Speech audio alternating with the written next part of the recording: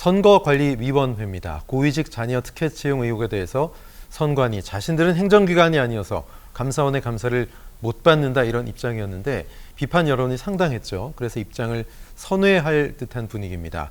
감사원의 감사를 받아들이는 방향으로 바뀌고 있는데 여론 악화 또 뭐 여당의 압박 등등 때문에 이런 얘기들이 나오는 걸까요? 어떻게 보십니까?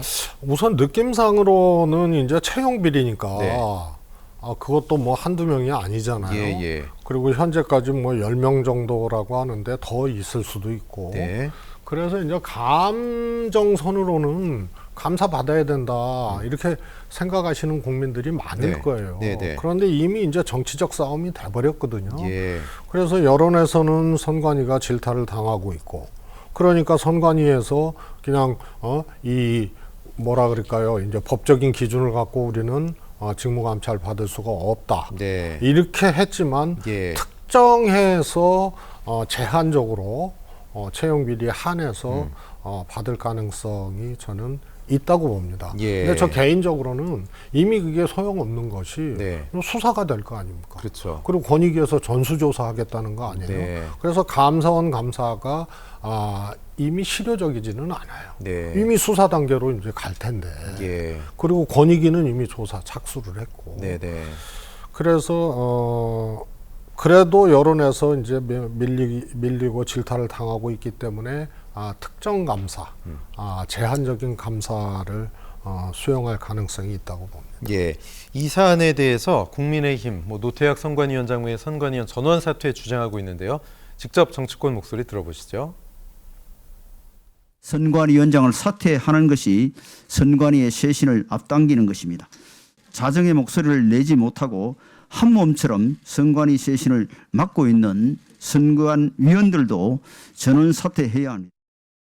채용 비리는 수사를 통해서 엄정하게 밝혀져야 될 사안이고요. 그리고 국정조사 관련해서는 양 당의 원내 수석들 간의 소통이 있는 걸로 알고 있습니다.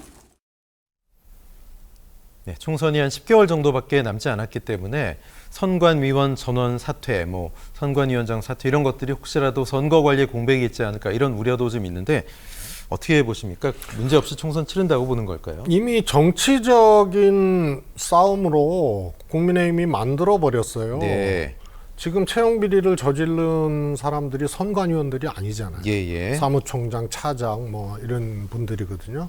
그러니까 선관위 붙박이 이 직원들이고 간부들이거든요. 네네. 그런데 선관위원 도의적으로는 느낄 수가 있죠.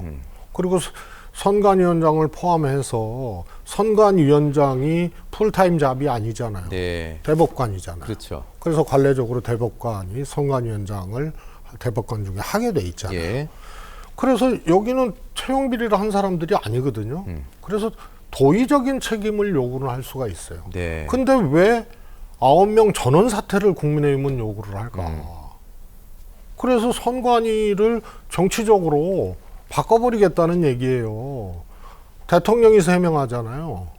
국회에서 3명 추천하잖아요. 네. 대법관이 3명 하잖아요. 대법원장이. 예. 그래서 9명이거든요. 그래서 야당 몫이 2명, 여당 사실상 이제 이 대법원하고 대통령 합치면 한 7명이 집권 세력 쪽에서 나온다라고 이렇게 보는 거죠.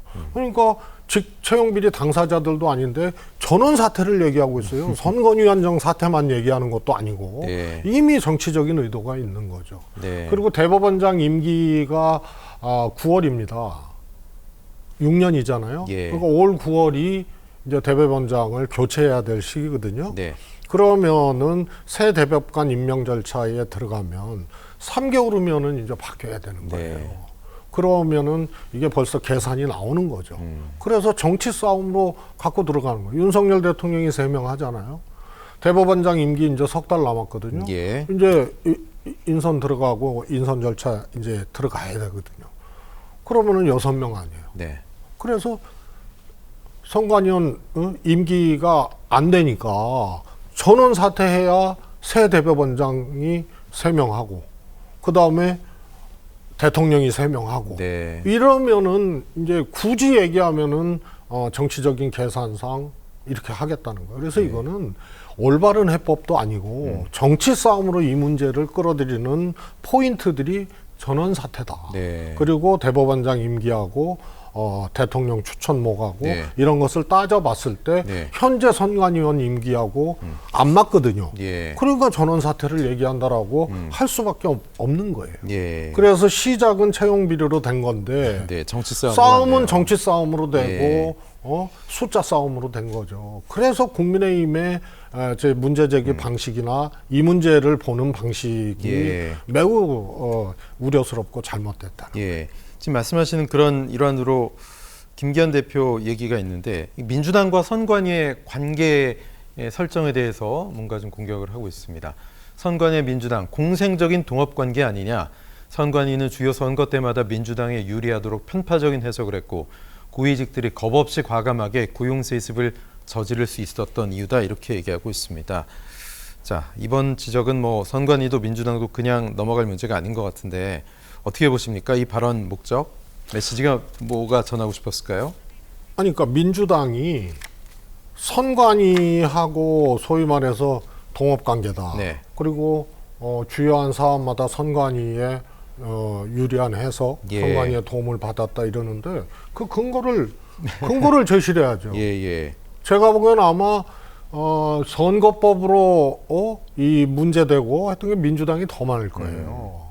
그래서 민주당이 선관위의 혜택을 입고 네. 선관위가 편파적으로 민주당 편을 들었으면 예. 민주당도 그 선관위를 방어하고 나설 거예요. 네네. 그러나 이 문제는 그런 게 없기 때문에 채용 비리에 대해서는 분명하게 여야가 국정조사도 하고 엄격하게 하고 예. 그러나 이것을 정치적으로 저렇게 갖고 가는 것에 대해서는 민주당이 선을 긋는 것이 저는 맞다고 봅니다. 예, 그 사안에만 집중해야지 정쟁의 도구로 사용해서는 안 된다. 그래서 도대체 민주당이 선관위에 혜택 받은 게 뭐 있어요? 예.